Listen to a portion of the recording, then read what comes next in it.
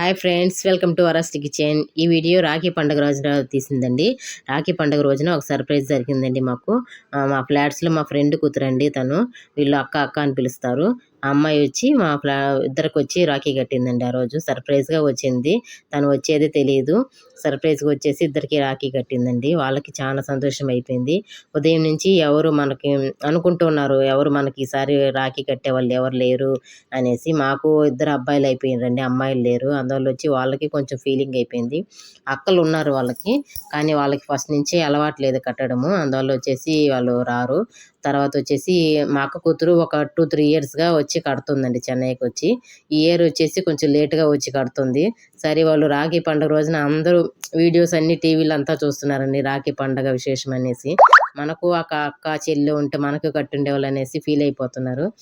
ఇంతలోనే సాయంత్రంగా వచ్చి ఒక 7:30, 8 o'clock వచ్చి ఈ అమ్మాయి రాఖీ కట్టిందండి. చాలా సంతోషమైందండి ఆ అమ్మాయి వచ్చి రాఖీ కట్టడము. వీళ్ళు చాలా హ్యాపీ అయిపోయారండి. ఓకేనండి, ఈ వీడియో కానీ నచ్చిందంటే లైక్ చేయండి, షేర్ చేయండి, సబ్స్క్రైబ్ చేయండి, మా ఛానల్ని సపోర్ట్ చేయండి. మా వీడియో కానీ నచ్చిందంటే ఒక లైక్ ఇచ్చుకోండి. అలాగే వచ్చేసి రాఖీ కడితే ఆశీర్వాదం తీసుకోవాలి కదండి. అంటే పెద్దవాళ్ళు వచ్చి చిన్నవాళ్ళకి ఆశీర్వాదం చేయాలి కదండి. వీళ్ళు వచ్చేసి ఆశీర్వాదం తీసుకోవాలని చెప్పేసి అడుగుతున్నారు. ఆ అమ్మాయి ఏమో వద్దు వద్దు వద్దు అంటుంది.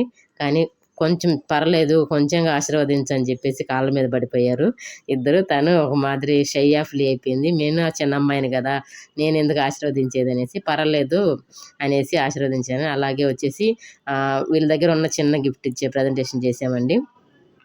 ఓకేనండి, ఈ వీడియో కానీ నచ్చిందంటే లైక్ చేయండి, షేర్ చేయండి, సబ్స్క్రైబ్ చేయండి.